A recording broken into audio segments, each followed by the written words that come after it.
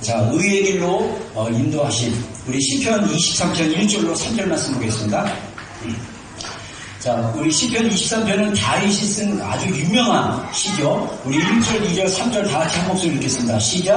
여호와는 나의 목자시니 내게 족함이 없으리로다. 그가 나를 푸른 풀밭에 누이시며 신선한 결과로 하시나이다. 내가 영을 지키시고 자기를 위하여 너희를 구원하시는구나. 예, 아멘. 자, 그래서 다윗이 고백하기를 하나님은 나의 목자시다. 그래서 내 삶에 부족함이 없다라고 고백을 하고, 그 다음에 하나님이 나를 푸른 풀밭에 누이시고 쉴만한 물가로 인도하신다. 그래서 이거는 하나님이 우리에게 주시는 공급함, 안정감, 뭐 이런 것 있을 수 있죠. 마음의 쉼과 또 실제적인 육체적인 어떤 그런 공급하심, 뭐 이런 거를 또 고백하고 있죠. 그래서 내 영혼을 소생시키시고 자기 이름을 위하여 의의 길로 인도하신다. 그래서 오늘 우리가 좀 나눌 포인트는 하나님이 우리를 의의 길로 인도하시는 거에 대해서 좀 나누기로 합니다. 그래서 우리가 하나님이 인도하시는 의의 길로 나아갈 때 어떤 일들이 일어나요? 우리의 영혼이 소생되는 거예요. 우리의 영혼이 자꾸 새로워지는 거예요. 여러분들, 제가 이번에 터키, 그리스 성지순례 갔다가 또 이제 한국에 가면서 여러 사람 만나면서 느꼈던 게 뭐냐면, 사실 성지순례는 제가 기대한 만큼 좋지는 않았어요. 왜 그러냐면, 첫 번째는 가이드가 별로 안 좋았어요.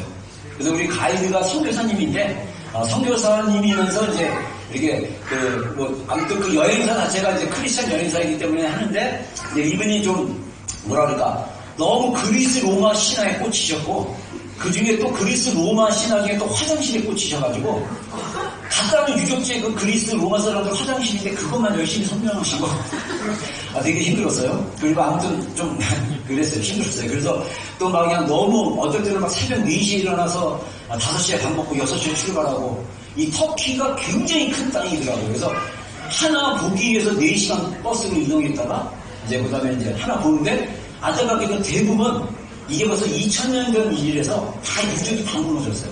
뭐 골로새 교회, 뭐 무슨 교회 다 흔적이 남아있지 않고, 남아있는 흔적 한두 개는 이미 이제 4세기 때 콘스탄티노플이라고 이제 로마에서 이제 지은 그 기념교회들만 좀 남아있고, 터키가 알다시피 이슬람이지 않습니까? 근데 이 유적지들을 이 터키 사람들이 다 훼손시키려고 그래가지고, 특히 유적지에 가면 성화나 그림들이 있는데 눈을 다 이렇게 팠어요. 왜냐하면 이 이슬람 사람들이 그 눈에 어떤 성스러움이 있다고 생각하는지 눈을 이렇게 막 지우고, 그리고 제가 이제 마지막에 이제 이스탄불에 있는 소피아 성당을 갔는데, 거기도 굉장히 화려하고 좋은데, 이 아람어로 마호메트에게 쓰는 성구나 기도문들로 다 성화 같은 거 다 막아놓고, 그 다음에 막 이제 아무튼 훼손이 좀 많이 됐어요. 이제 그럼에도 불구하고 정말 찬란했던 크리스찬의 문화가 있지만은 그 믿음이 이어지지 않고 다른 종교의 나라로 하는 바람에 훼손되고 막 이런 어떤 것들을 보면서 또 이렇게 배울 것도 있었지만, 정말 뭐라 그럴까, 지금 이제 코로나 사태도 그렇고 이거 보면서 제가, 우리가 믿음 안에 온전히 쓰고 우리의 믿음이 자꾸 새로워지지 않으면, 우리의 믿음이 10년 전 믿었던 믿음, 나의 신앙의 수준이 20년 전에 은혜 받았던 수준에 머무는 것은 절대 그거는 좋은 믿음이 아닙니다. 우리의 믿음은 날마다 새로워져야 됩니다. 우리의 영혼은 날마다 새로워져야 됩니다. 아멘입니까? 정말이에요. 우리의 영이 날마다 새로워지는 게 필요해요.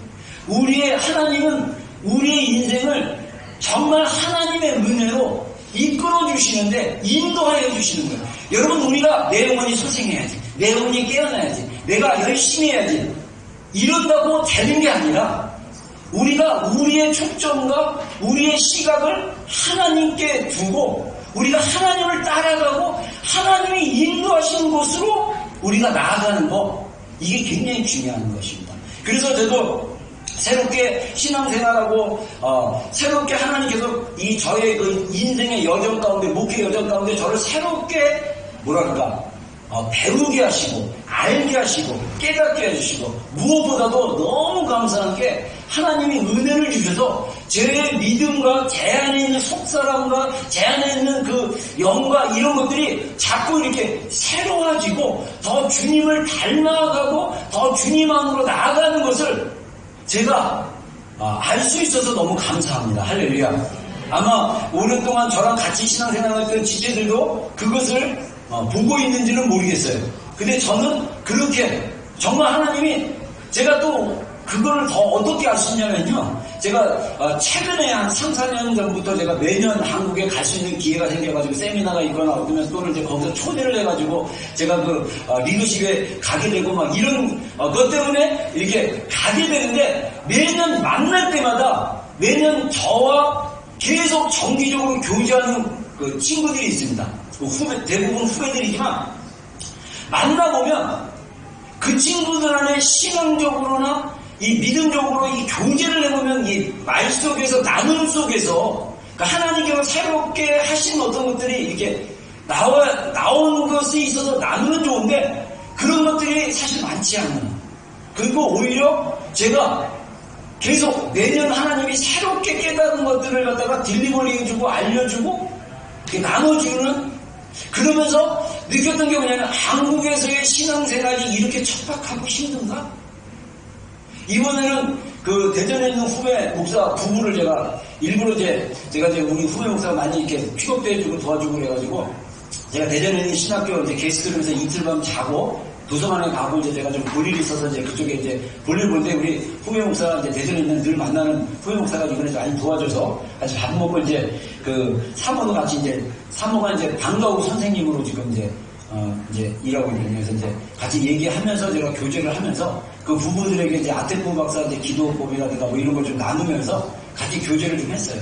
그러면서 드는 마음이 한국 땅 자체가 사실은 한국뿐만 아니라 그 오클랜드도 비슷할 것 같아요. 믿음이 자극이 없어요. 믿음이 하나님이 우리의 신앙과 우리의 마음을 이렇게 새롭게 하는 그런 여정들이 별로 없는 것 같아요.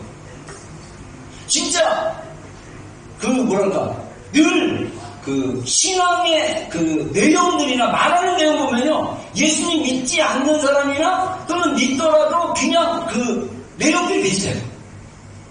정말 저는 그걸 보면서 야 정말 복음을 경험하고 이 복음의 은혜 안에서 자라가는 신앙을 찾기가 이렇게 힘든 시기인가? 이런 마음도 들어요. 지금 한국은 제가 어제도 이제 제가 더 많이 신경 써가지고 한국에서 뉴스 생방송으로 막 유튜브에서 보고요. 진짜 한국 사람이니까 너무너무 심각해요. 그 한국 천주교가 이 조선시대 때 들어왔는데 들어와서 미사를 드리고 했던 시기가 236년이 됐대요. 236년 동안 이 미사가 한 번도 중지된 적이 없는데 이번에 코로나 때문에 명동 성당도 문 닫았고 전국에 있는 모든 성당 다 문 닫으라고 했대요. 20 동안.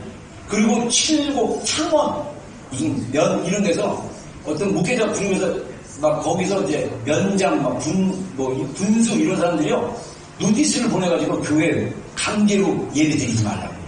드리면 300만 원 벌금 주겠다고 막.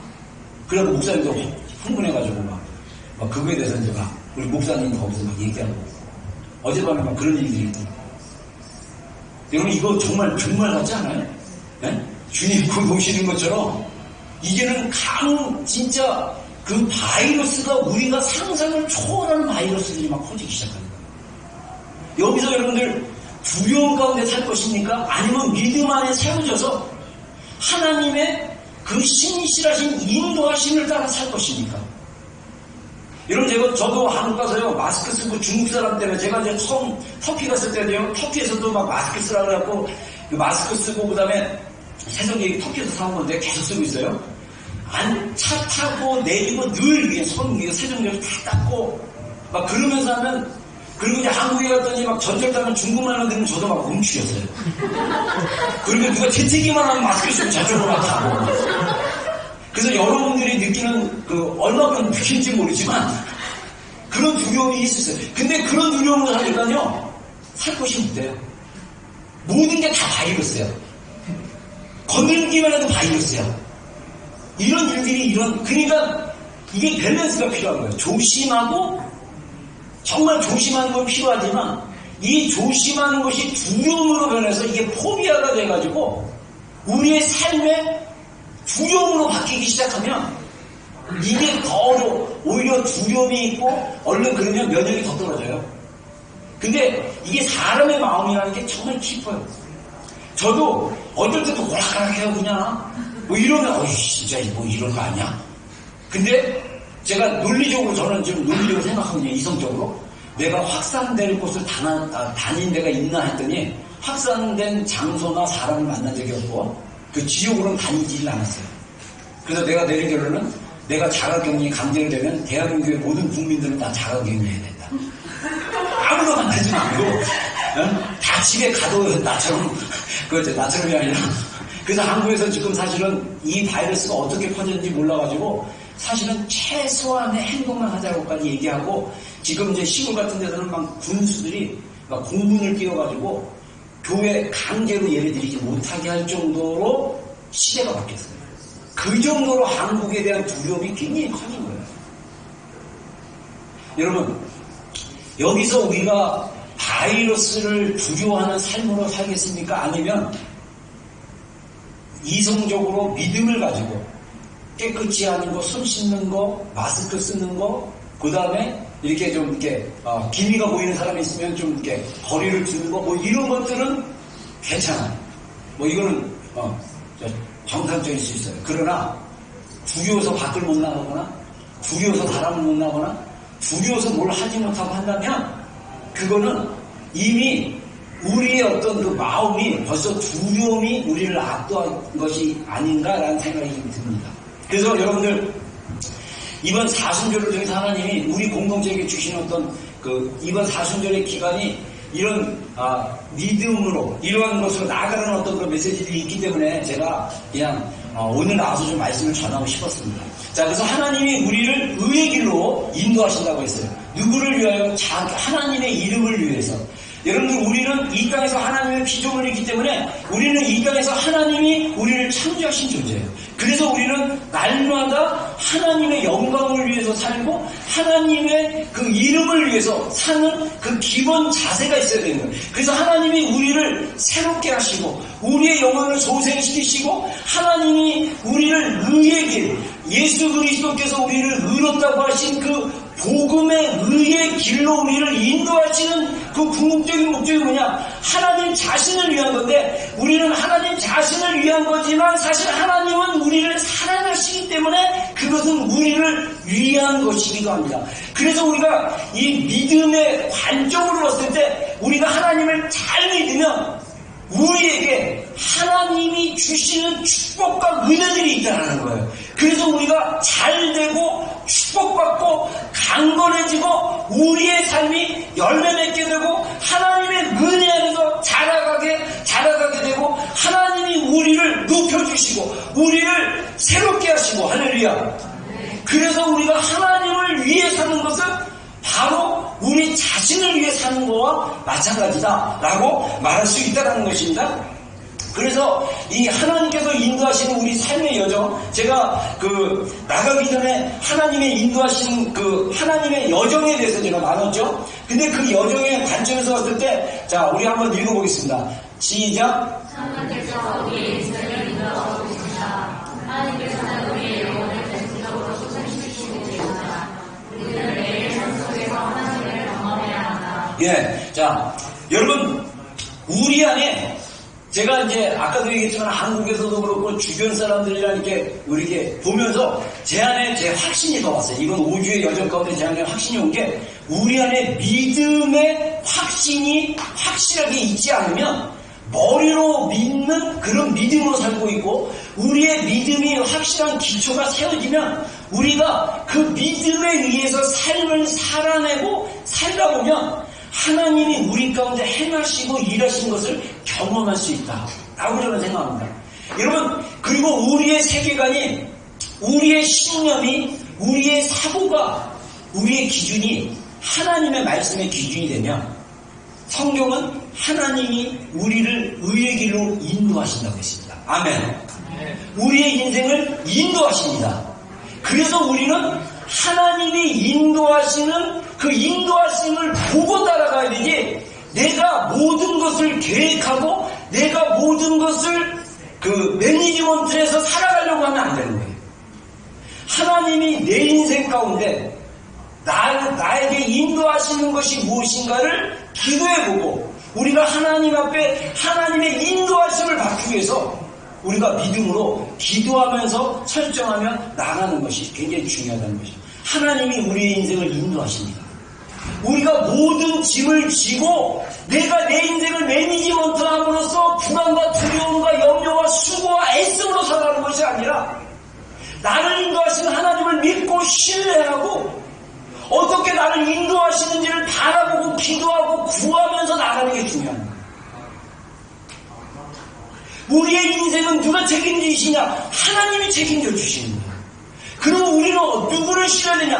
하나님을 신뢰하고 하나님을 믿고 하나님이 주시는 그 믿음으로 하나님을 신뢰하고 나가면 나의 그 수고와 애씀과 고다툼과 어려움과 두려움과 염려로부터 우리가 사실 많이 자유할 수 있어요.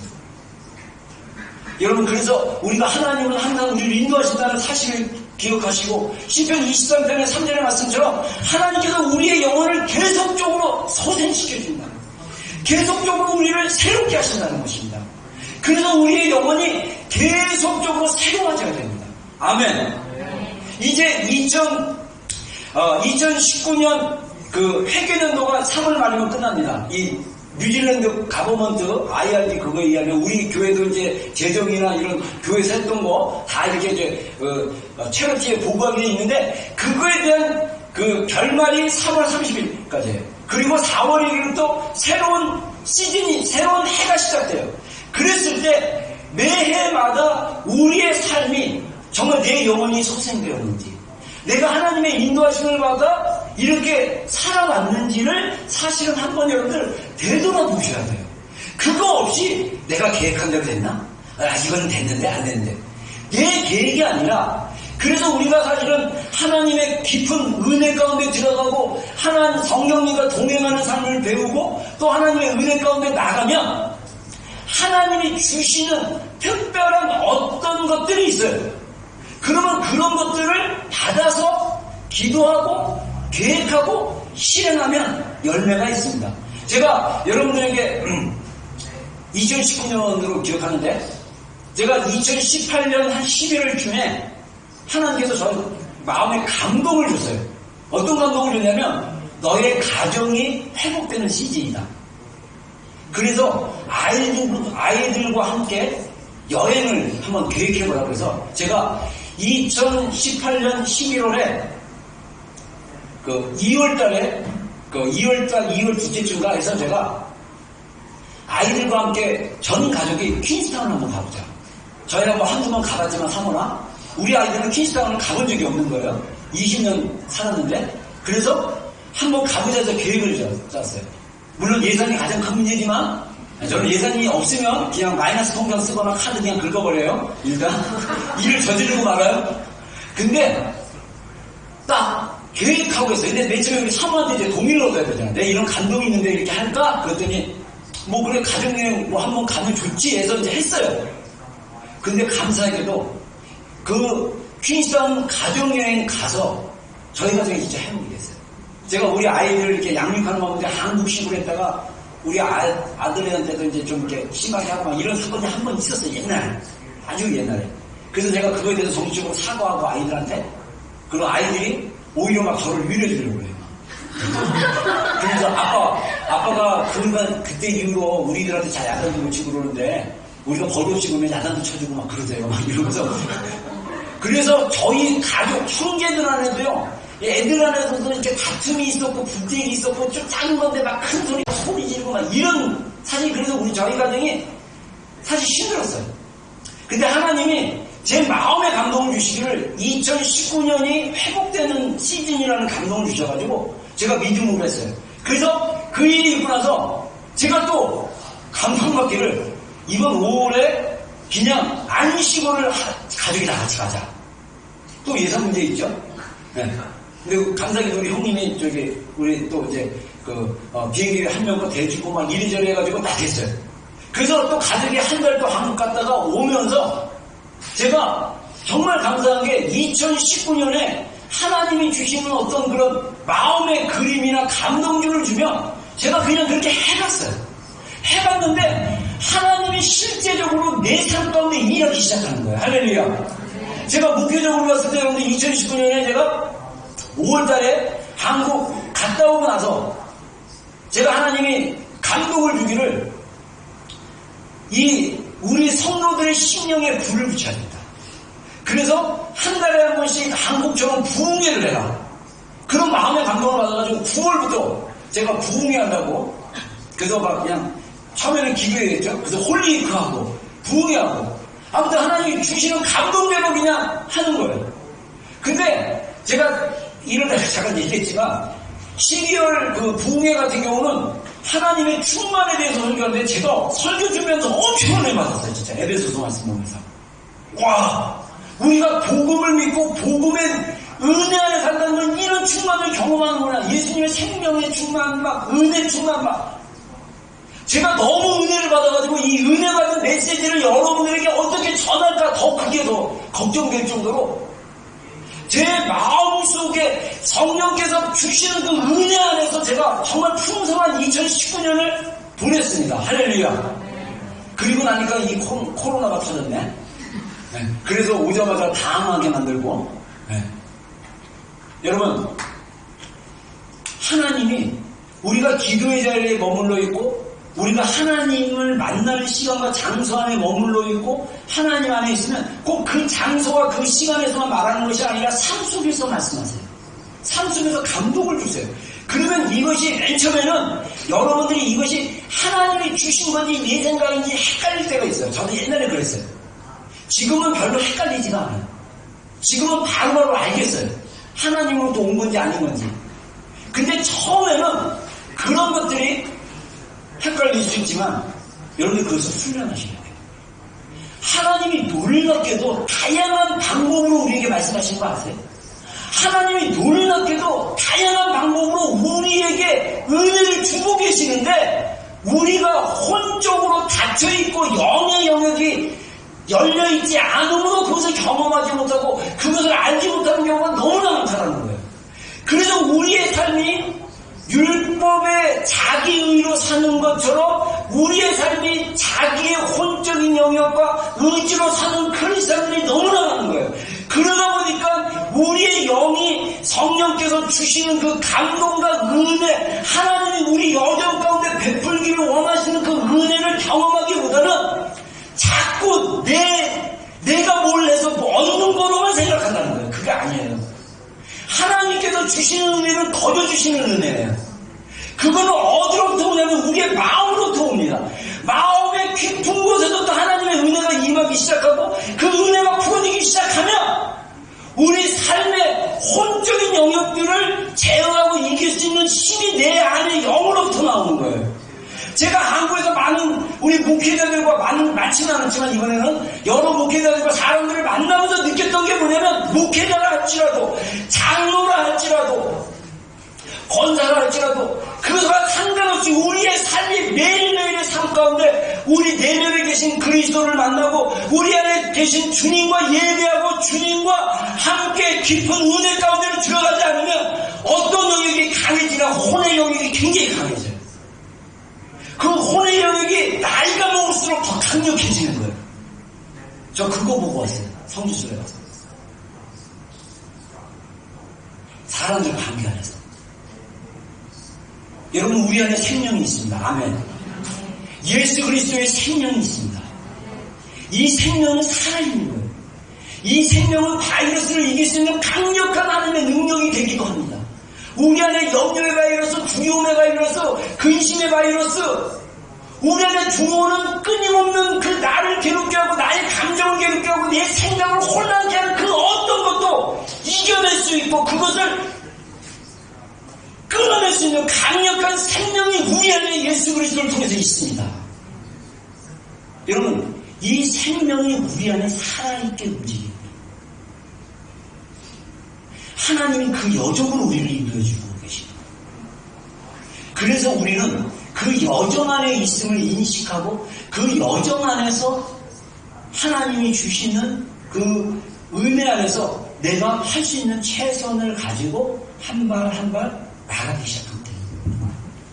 그래서 우리 내용으로 선생님께서 자기 이름을 위해 의의 길로 인도하신다 하는데 이 의의 길이 히브리어로 마하달입니다. 근데 이게 다른 말로 얘기하면 이 길이 사이클로 해석할 수 있다는 거예요. 마하달이라는 그 말 자체가 우리는 길하면 그냥 일직선으로 되는 길로 이해를 하는데 이 마하달이라는 단어는 마차바퀴와 같다라는 그 사이클. 마차바퀴가 이렇게 돼 있잖아요. 그래서 이 마차바퀴는 살이 이렇게 쭉 있는데 이 살이 막 움직이면 어떻게 됩니까? 이 살은 안 보이고 이 축과 바퀴 겉만 보이는 거예요. 근데 하나님이 우리를 인도하는 방법이 정말 이렇게 일직선으로 인도하는 것이 아니라 사이클적으로. 그래서 단순하게 한 바퀴 돌았으니까 다른 한 바퀴가 아니라 이 한 바퀴가 이렇게 나선형이라고 그러잖아. 이렇게 사이클인데 이렇게 되면서 또 이렇게 한 바퀴 되고 이런 식으로 하나님의 역사는 1년에 한 번 회전하지만 이 회전은 한 원에서만 도는 것이 아니라 한 원에서 한 단계 나가고 한 원에서 한 단계 나가고 한 원에서 한 단계 나가는 그런 식으로 우리의 삶을 하나님이 우리의 시간의 여정을 이렇게 인도하신다. 이렇게 보면 됩니다. 자, 그래서 이 절기 우리가 지금 사순절은 교회 절기입니다. 성경에 보면 여호와의 절기, 하나님의 절기가 있어요. 근데 우리는 이걸 갖다가 이스라엘의 절기라고 하는데 이스라엘의 절기가 아니라 성경에서 말하는 여호와의 절기, 하나님의 절기. 그래서 이 절기를 히브리어로 모에드라고 하고 복수로 하면 절기들 하면 모아딤이라고 합니다. 자, 이거를 지키는 것에 대한 주격성을 시편에서 말씀하고 있다는 거죠. 그래서 레위기 23장 1절로 2절 한번 읽어보겠습니다. 시작. 여호와께서 모세에게 말씀하여 이르시되 이스라엘 자손에게 말하여라 이것이 나의 절기들이니 너희가 성회로 공포할 여호와의 절기들이니라. 예, 성회로 공포할 공동체가 함께 이 절기를 따라 지키는 것에 대해서 얘기하고 있죠. 그래서 이 모에드는 히브리어 말 자체는 하나님이 정해두신 이게 니은이 빠졌습니다. 시간입니다. 그래서 하나님께서 딱 우리를 만나려고 정해주신 시간과 마찬가지라는 거예요. 그래서 예를 들면 제가 읽었던 자료에서 이런 얘기가 나오더라고요. 제가 치과 의사를 목요일날 만나기로 했어요. 목요일날 딱 치과 의사를 만나서 일을 치유하기로 했어요. 그랬는데 이 치과 의사랑 내가 친해. 같은 동네 살아. 근데 어린이날 시장에서 만났어. 그래서 안녕하세요. 어떻게 애들은 잘 지내요? 아, 그래. 막 이러고 지났어요.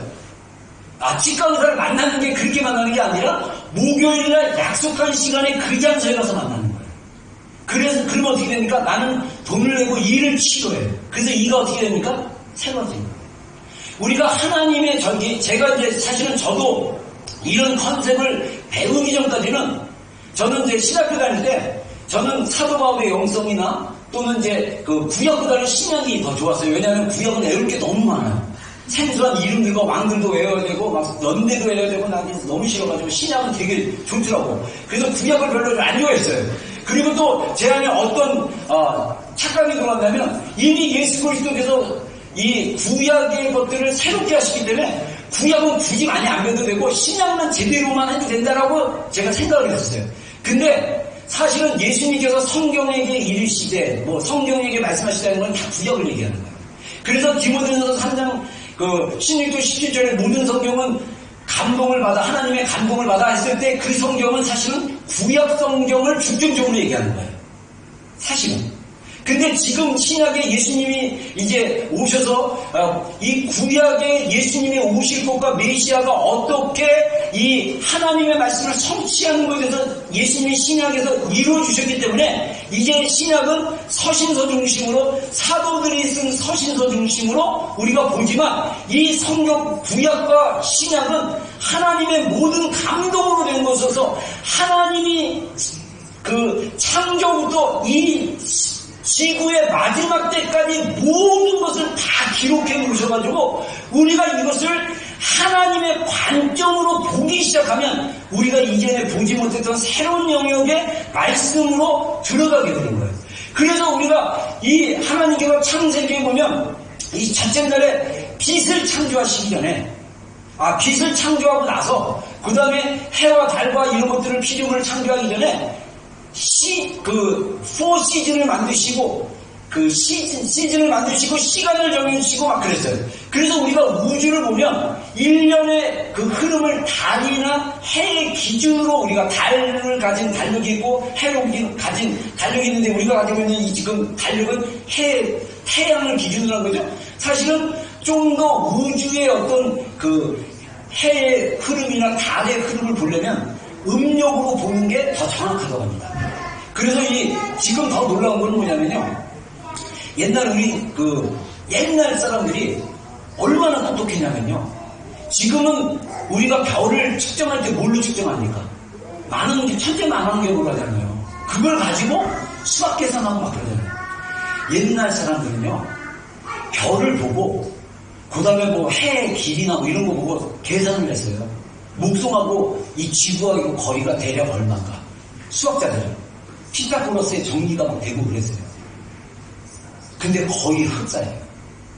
그 달의 그 주기 같은 경우는 윤달 같이 껴서 했는데 지구를 도는 태양의 그 주기가 우리가 365일로 양력은 얘기했는데 정확히 따지면 음력으로 따지면 340 며칠인가 350 며칠이래요. 거기다 플러스 윤달이라고 몇 번의 날을 두면 정확하게 지구를 태양이 어떻게 1년 동안 도는지를 정확하게 계산하셨대요.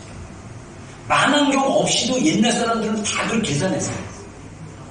저의 논리적인 추론에 의하면 하나님이 인간의 지혜를 그렇게 깊게 주신 거예요. 우리가 자연세계만 자세히 봐도 사실 피조물 이 창조주의 섭리를 알 수가 있는데 인간의 마음이 타락함과 말미암아 자기가 신이고 자기가 주인이고 자기가 다 잘났고 자기가 다 판단하기 때문에 딴 거 잘 안 믿어요. 그게 인간의 죄성입니다. 여러분, 이 하나님이 이 세우신 그 절기가 있어요. 놀라운 것은 예수님이 태어나시고 그 다음에 6월절에 십자가에 달려 돌아가시고 그 다음에 부활하시고 성령님 오시고 하는 것도 그리고 예수님이 다시 오시기 그 절기까지 해서 하나님이 만든 여호와의 절기 안에 다 포함되어 있어요.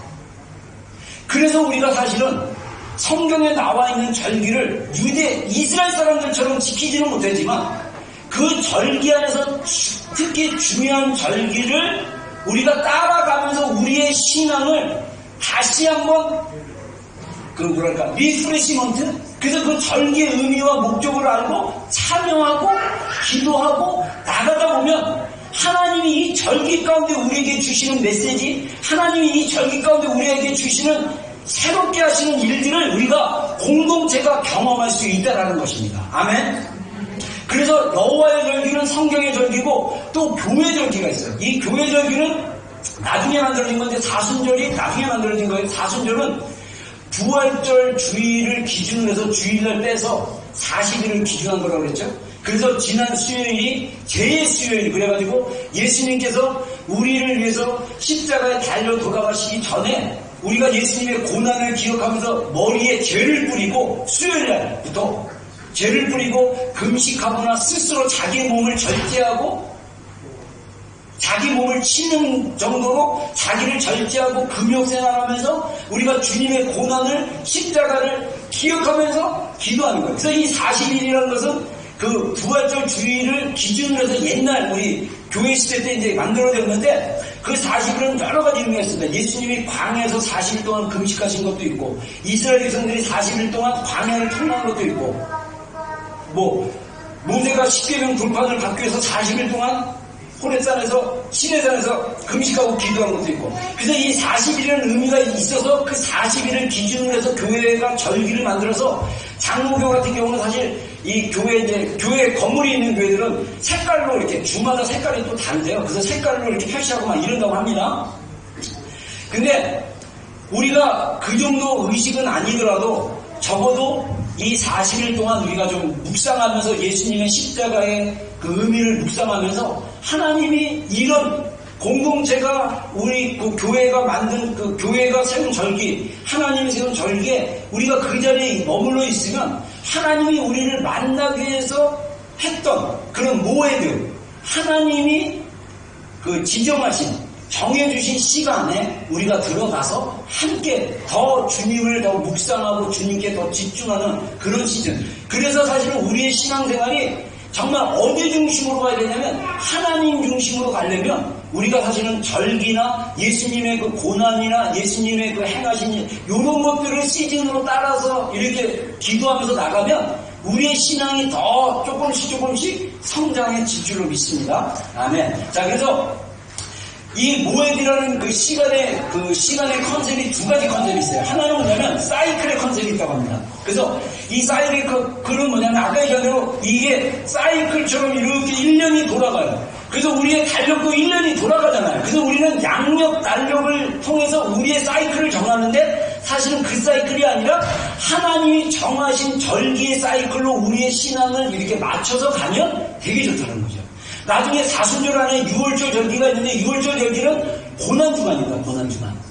그 고난주간에 특별히 더 금식하고 더 집중하고 하는 것도 다 그게 어떻게 보면 절기를 지키는 그런 건데 그런 걸 통해서 하나님이 우리를 만나주시고 우리를 새롭게 하실 수 있다는 거예요. 자, 그래서 이 사이클 컨셉은 뭐냐면 하나님께서 우리 내면 안에 일어나는 영적인 성숙과 영적인 사이클을 이루어 가신다는 거예요. 여러분, 우리의 신앙이요, 이렇게 뭐랄까 업다운이 있을 수 있어요. 그거는 저도 경험했던 거고 우리의 신앙이 이렇게 엎어졌다 일어났다 엎어졌다 일어났다 엎어졌다 일어났다 이렇게 될 수 있는데 사실은 이제 이렇게 곡선 이렇게 올라갔다 내려왔다 하는 것이 아니라 이제는 내려가는 것이 완전히 엎어져가지고 막 그냥 나 하나님 있는 건지 포기할래, 난 교회 나가기 싫어, 나한테 절대 이러면서 하는 신앙으로 떨어지는 수준으로 가면 안 돼요. 이제는 하나님이 우리를 세우시고 복음으로 경험되면, 그래서 우리에게 정말 필요한 신앙이 뭐냐면 복음을 경험하는 거예요. 복음의 실제를 우리가 먹은 것처럼 만진 것처럼 우리가 보고 느낀 것처럼 경험해야 우리의 신앙이 그렇게 떨어지지 않아요. 이제는 우리의 신앙이 어쩔 때는 좀 머물러 있지만 다음 시즌에는 더 올라가고 새로워지고, 그래서 우리가 하나님이 정하신 절기, 교회에서 그 신앙의 어떤 절기 가운데 우리가 참여하고 나가다 보면 우리가 순수하게 정말 연약하지만 따라가고 나가다 보면 하나님이 우리의 영혼을 자꾸 이렇게 세워주시고 새롭게 하시는 거예요. 하나님이 그렇게 만나주시는 거예요. 제가 그전에는 이 구약 성경에 나와 있는 컨셉이나 하나님의 어떤 기준에서 목회를 안 했을 때, 제가 이번에 지지난주 금요일날 우리 친구 목사 두 가정 부부 해갖고 새벽까지 우리 같이 교제했는데, 우리 대학교 때 84년도에 만났던 대학교 때 친구들이에요. 지금 목회들을 잘하고 있어요. 그 친구들한테 그 얘기했어요. 야, 내가 12년 전에 이스라엘 갔다가 마지막 때에 대한 이게 딱 열리고 나서 둘 다 우리 다 같이 군대 갔다 와서 알거든요. 내가 여지껏 목회를 헛삽질하는 걸 깨달았다.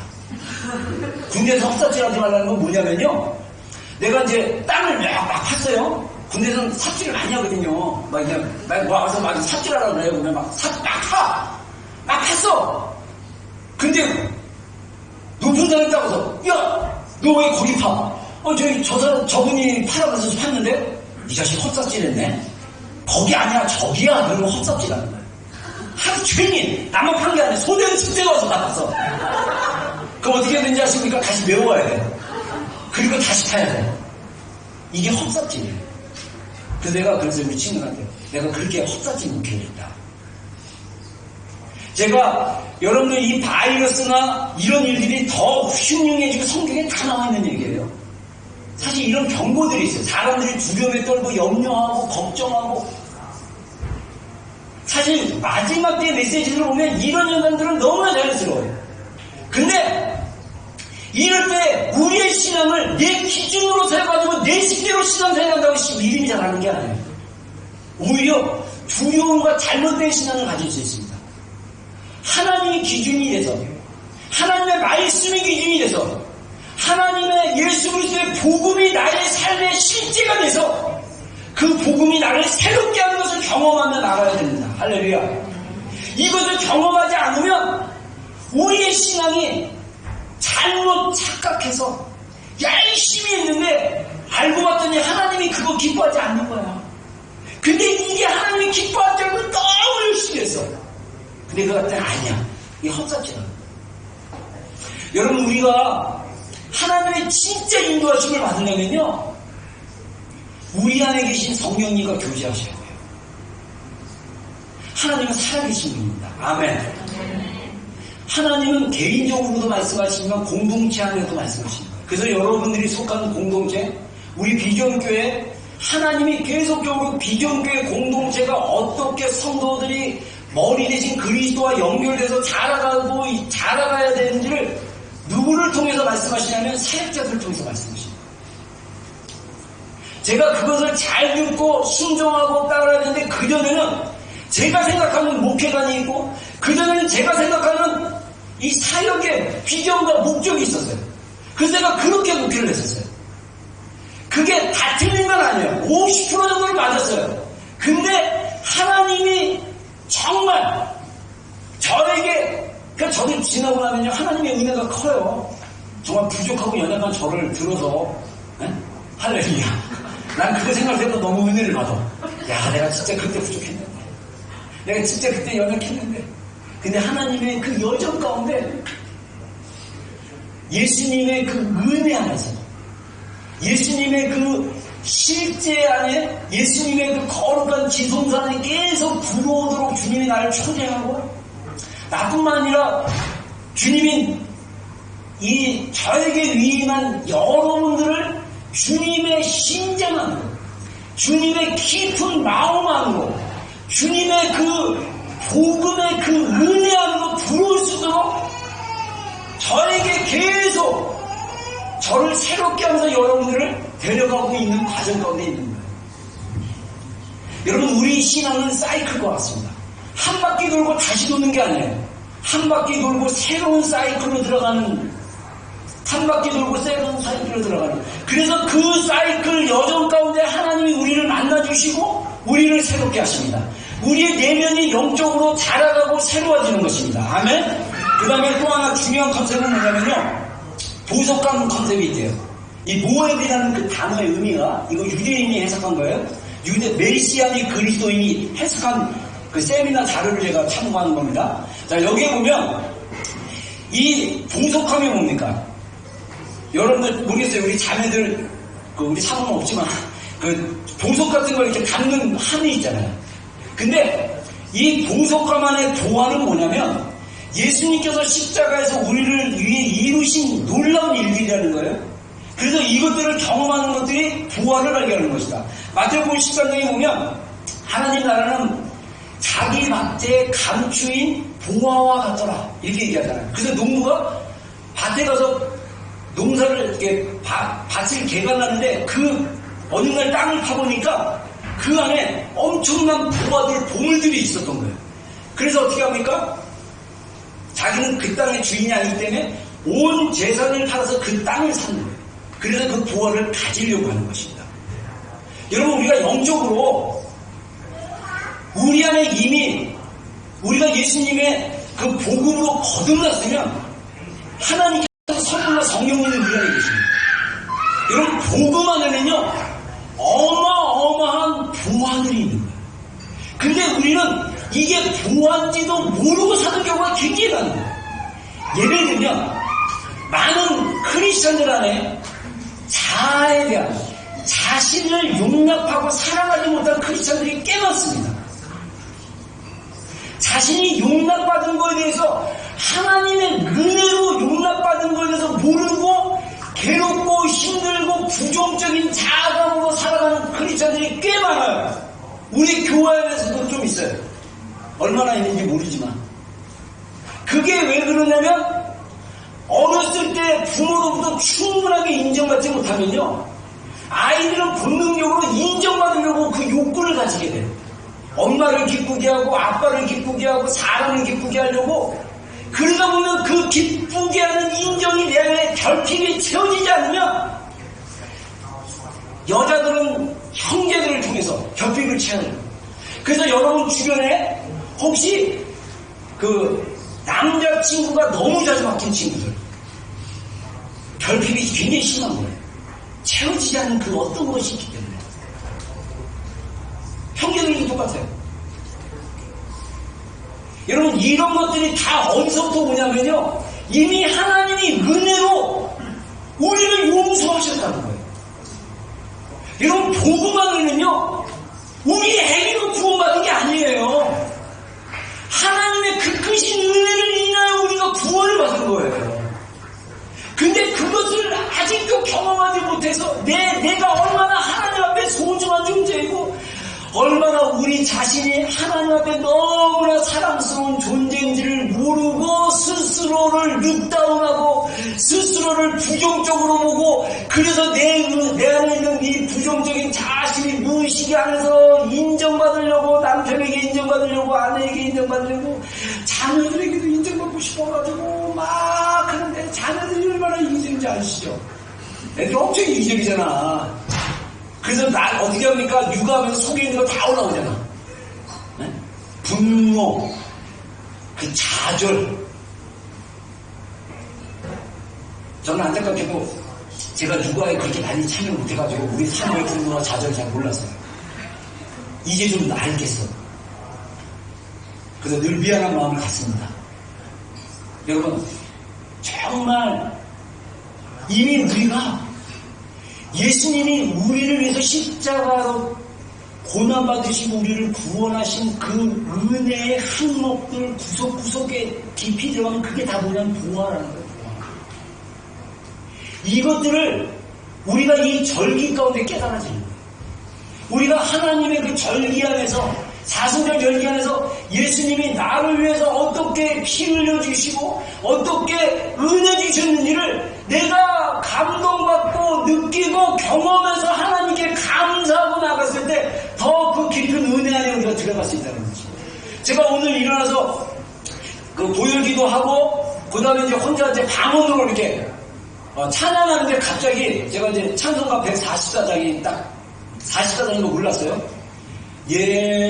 예수님 예수님 나의 죄 위하여 갑자기 방언으로 기도하는데 그 찬송이 툭 올라오는 거예요. 그래서 그 찬송 모르다가 딱 보니까 찬송가 144장이에요. 크로스비라는 아마 제가 기억하는 여자분인데 이분이 찬송가 우리가 부르는 찬송가 가서 굉장히 많이 들었거든요. 이분은 굉장히 깊은 영감의 사람이었어요. 근데 그 가사 한 절 한 절을 오늘 부르면서 찬양하는데 아름답다 예수요. 정말 하나님이 예수님이 나를 위해서 흘리신 그 봄의 피, 그 은혜로운 그 사랑. 저는 예전에 은혜 받고 그 찬송 막 불렀을 때 그때 느꼈던 감동이 다시 한번 나한테 오늘 아침에 교회 오기 전에 기도하는데 그런 감동이 제 안에 다시 하나님께 느끼게 하셨어요. 여러분 이런 하나님이 우리에게 이미 주신 것들이 복음 안에 있는데 이게 뭔지도 모르고 지겹고 왜 이렇게 느린 곡 부르고 또 이렇게 4절까지 찬양이 있냐 이러면서 괴로워하고 하는 이유가 뭡니까? 여러분 제가 아까 마스크 쓰고 저기 예배 드리는데 좀 답답해서 그러는데 너무 좋은 거예요. 여러분 우리 주일 예배 너무 좋아요. 할렐루야.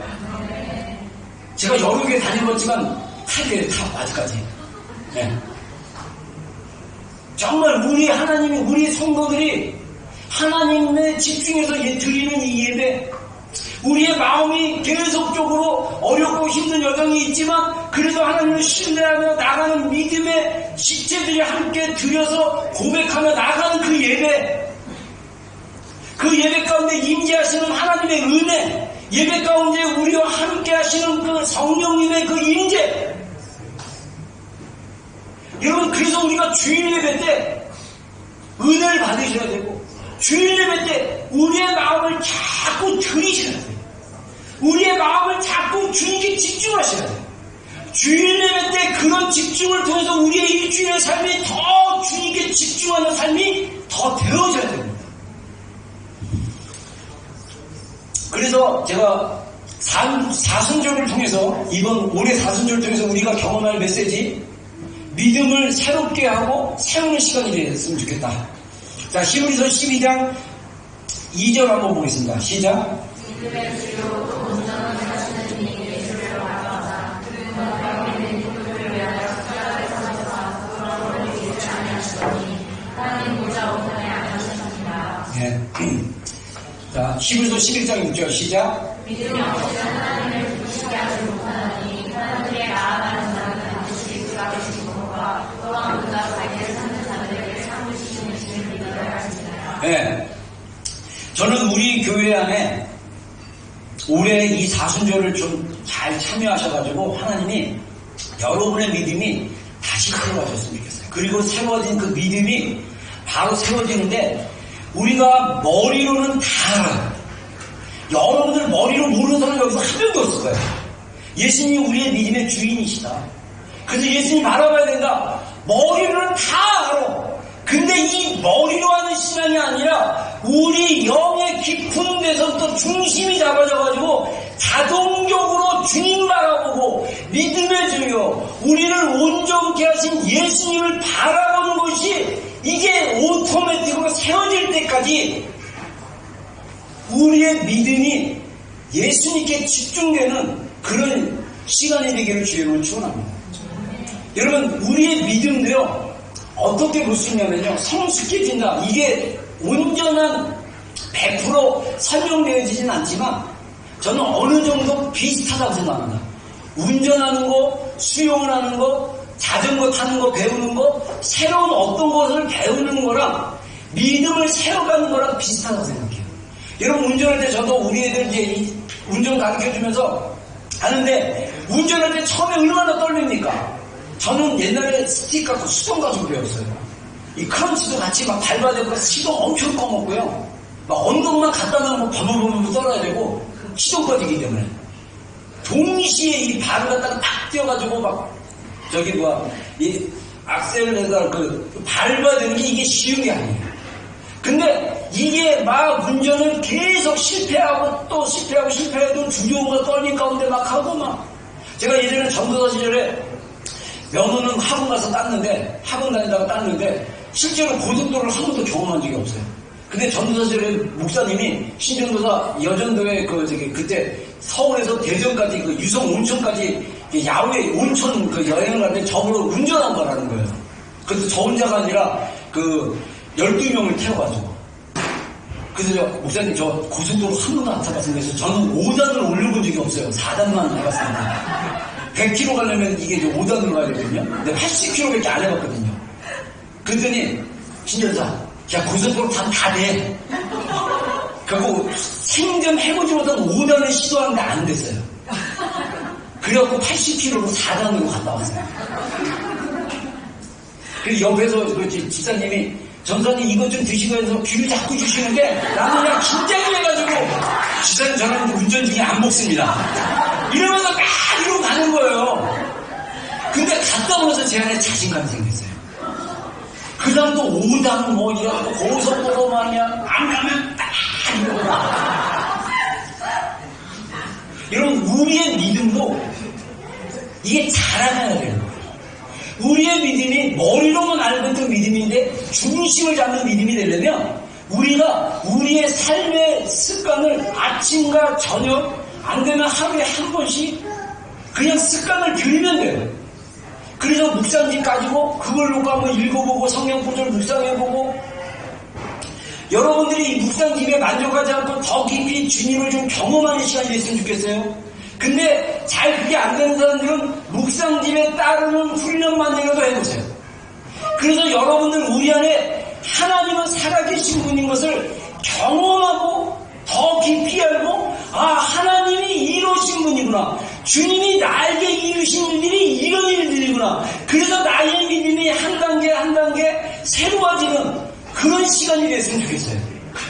그러니까 그러니까 저의 입장에서 볼 때는요, 하나님이 은혜를 더 많이 막 부어주셔야 돼요. 근데 우리가 그 은혜를 받는 자리가 바로 기도의 자리, 우리가 주님께 시간을 정해놓고 그 장소 안에 머무는 자리라는 것입니다. 그래서 여러분들, 이번 사순절 때 정말 하나님이 기뻐하는 믿음, 하나님이 기뻐하는 믿음은 뭡니까? 하나님은 반드시 계신 분인 것을 내가 실제로 믿어야 돼요. 그리고 자기를 찾는 자들에게 상을 주신 분이다. 우리가 하나님을 찾는다는 건 뭘 의미합니까? 우리가 하나님을 찾는다는 것은 하나님의 이름을 부르는 것이고요. 우리가 바쁜 일상생활 속에서 앉아서 잠잠하게 예수님을 바라보는 식으로 성경을 읽고 기도하고 예수님의 이름을 부르고 이러면서 우리의 중심이 자꾸 하루에 한 번 정도는, 저는 2번을 권합니다. 아침과 저녁 2번 정도는 하나님께, 예수님께 집중하면서 나의 솔직한 마음, 솔직한 고백, 그리고 내 자신을 좀 돌아보고 오늘 하루 주님 보시기에 내가 부끄러운 삶을 살았는가 안 살았는가 이런 것도 보면서 자기를 체크하면서 이번 사순절 기간을 좀 보내봤으면 좋겠어요. 이걸 하다 보면요 습관이 됩니다. 그리고 기도가요 잘 안 되시는 분들이 있어요. 근데 기도를 잘하는 방법은 일단 방언을 하셔야 돼요. 그리고 방언을 하게 되면 그 다음부터 기도는 좀 낮습니다. 근데 우리 지체들 중에 기도를 하는데도 불구하고 방언을 하는데도 방언을 잘 활용 못하는 지체들이 있는데 방언으로 많이 기도를 하세요. 우리말로 하는 것도 좋지만 방언으로도 기도를 많이 하시다 보면 우리의 영이 막 이렇게 풀어져요. 그리고 방언은 고린도전서 14장에 말씀하신 것처럼 우리 마음으로 하나님께 영으로 드리는 기도라고 했어요.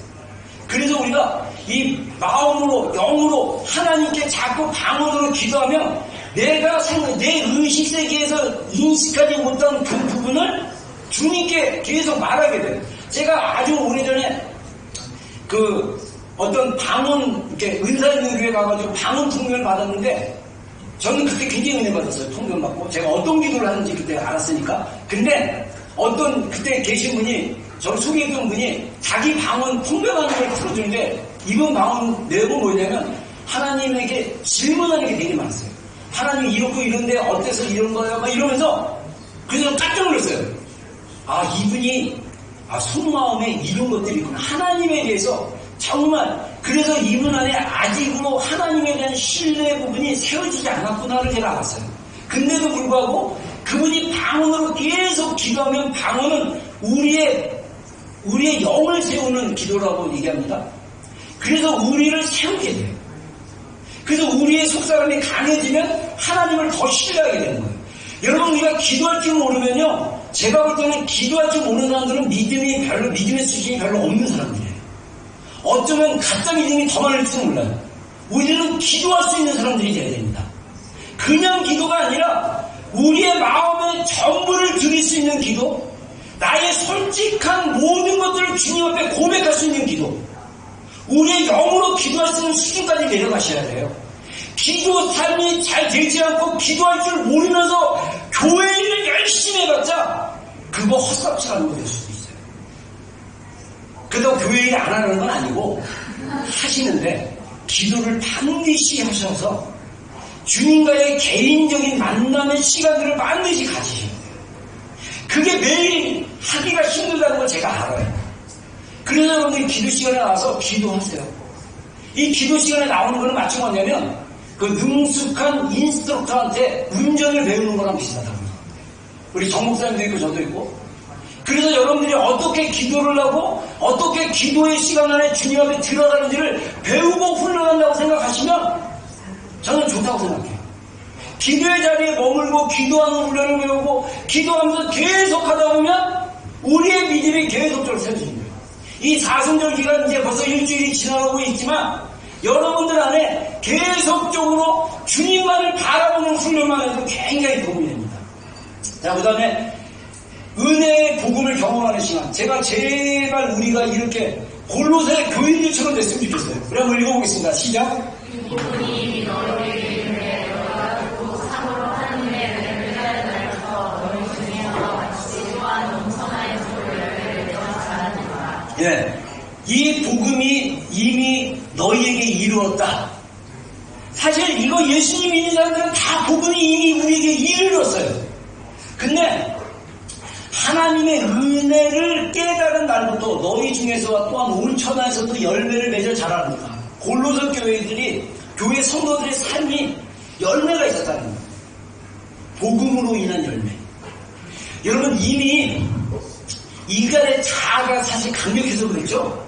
우리의 시각이 한번 이게 딱 불이 들어오듯이 이 껌껌한데, 그래서 제가 이제 어떻게 표현하냐면요, 딱 이게 뭐랄까, 담화가 하나 나온 거예요.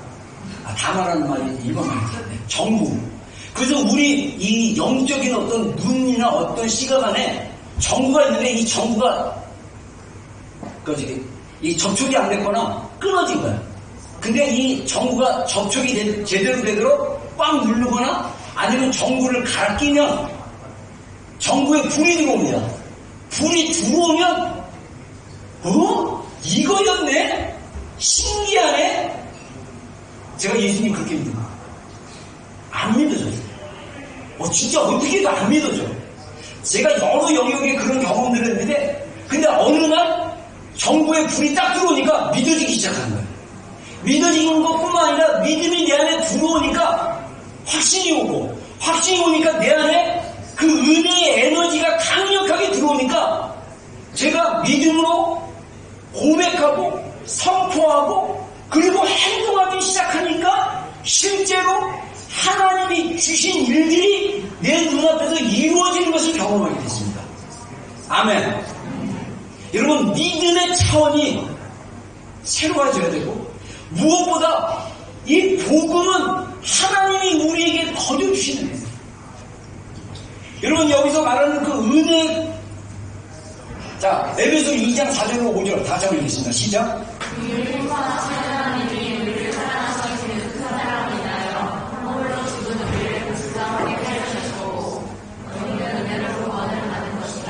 자, 우리 따라하겠습니다. 우리는 은혜로 구원을 받은 것이다. 여러분들이 은혜로 구원을 받았다고 믿으면 그 은혜 안에는 뭐가 있냐? 허물로 죽은 우리를 그 하나님의 그 크신 사랑을 통해서 구원하신 거예요. 하나님의 우리를 향한 그 크신 사랑이 무엇입니까? 예수님이 우리 죄를 위해서 십자가에 못 박혀 부활하신 거예요.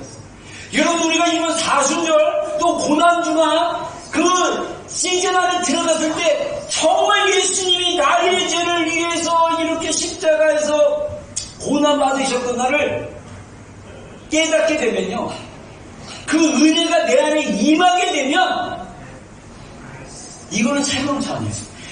우리 지체들 안에 하나님이 나를 사랑한다는 것을 느끼고 깨닫게 돼서 막 그 사랑을 경험한 지체들이 사실 많아요, 우리 교회 안에.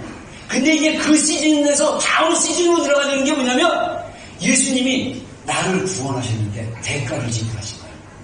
그분이 흘리신 그 고통은 그냥 고통이 아니라 그 고통은 어마어마한 고통인데, 그 고통을 대신해서 이 지옥 갈 수밖에 없는 존재로 태어난 나를 구원하신 거예요.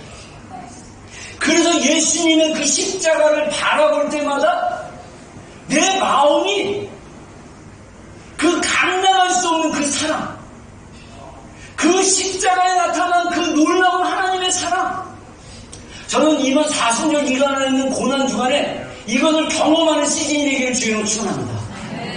이거는 여러분들, 내가 하나님이 나를 사랑하셔, 그게 막 늦게 나오고, 너무 좋아, 하나님 나 너무 사랑해요, 너무 감사해요, 막. 이 수준을 넘어서 예수님, 나 별것도 아닌 것 같은데 왜 나를 위해서 그렇게 십자가에 피 흘려 죽으셔야겠죠? 예수님, 왜 나를 위해서 고통당하셔야겠죠?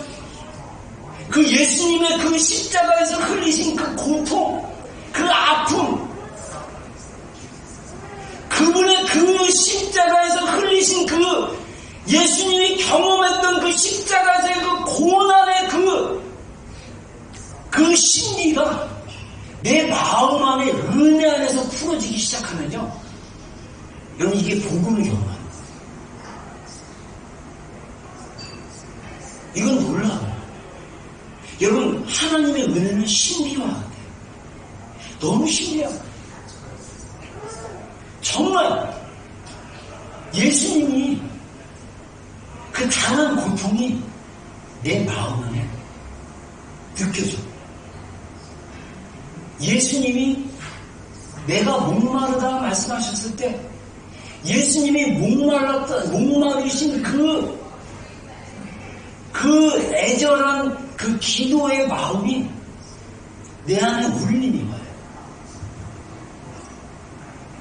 예수님께서 엘리엘리 라마 사박단의 시편 말씀을 인용해갖고 나의 하나님 어찌하여 나를 버리신다니까 라면서 깊은 하나님과의 그 교제 안에 끊어짐에 대한 그 깊은 그 교통의 그 단절에서 오는 그 고백의 마음이 신기하게 신비롭게 내 마음 안에서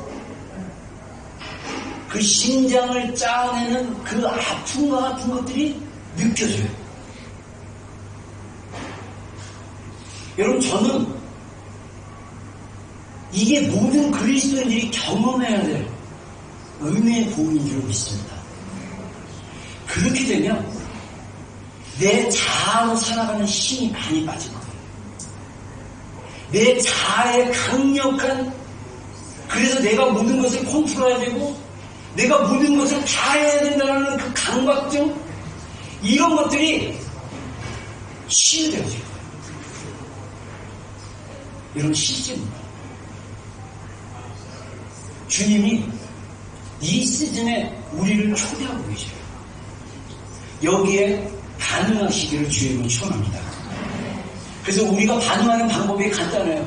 매일 시간과 장소 정해서 묵상하는 시간 갖는 거고요. 사순절 기간 동안 자기가 좋아하는 음식, 미디어, 오락들을 절제하거나 금식하고 음식 절제는 건강에 유의하시기 바랍니다. 그 다음에 주일 예배 기도에 적극적으로 동참하면 되고요. 매일 수시로 예수님의 십자가와 고난을 묵상하는 시간이 됐으면 좋겠습니다. 여러분, 이거를 진짜 여러분들이 마음의 중심을 예수님께 가지고 계속 하다 보면 어느 날 이 아까 얘기한 대로 정부가 키워지듯이 뭔가 딱 켜지면요, 깨달아지면요, 그 신비한 가운데 그게 느껴져요. 그게 알게 돼요. 저는 이 하나님의 은혜의 강물이 정말 강력하다고 믿고 있거든요. 근데 우리가 이게 불이 안 들어와가지고 그걸 못 보는 거예요. 그 불이 들어오는 것도 은혜인데 정말 우리가 그 은혜 안에 참여하시기 바랍니다. 여러분, 하루 금식하고 그랬는데 못했다. 하루 미디어 안 보고 그랬는데 그 유혹에 져서 또 봤다. 됐어, 오케이. 다시 하시면 돼요. 여러분, 하나님이 우리에게 주신 은혜는요, 한량없습니다. 나는 내 자신을 다 용납 못해가지고 못하면 이 비용신 너는 왜 그렇게 살았어? 난 이제 사순절 안 하냐? 그러면서 나 그냥 안 하고 막 이렇게 하고 싶은데 하나님은 괜찮아. 네가 연약한 거 알아. 다시 시작해. 넘어지면 다시 시작하시면 돼요. 쓰러지면 다시 일어나시면 돼요. 하나님의 은혜 안에 들어가는 시즌 되기를 주님을 축원합니다. 우리 한번 찬송, 예수님 나를 위하여, 우리 찬송가 144장인데 우리 좀 한번 볼까요? 우리 찬양하고 기도하는 시간 갖겠습니다.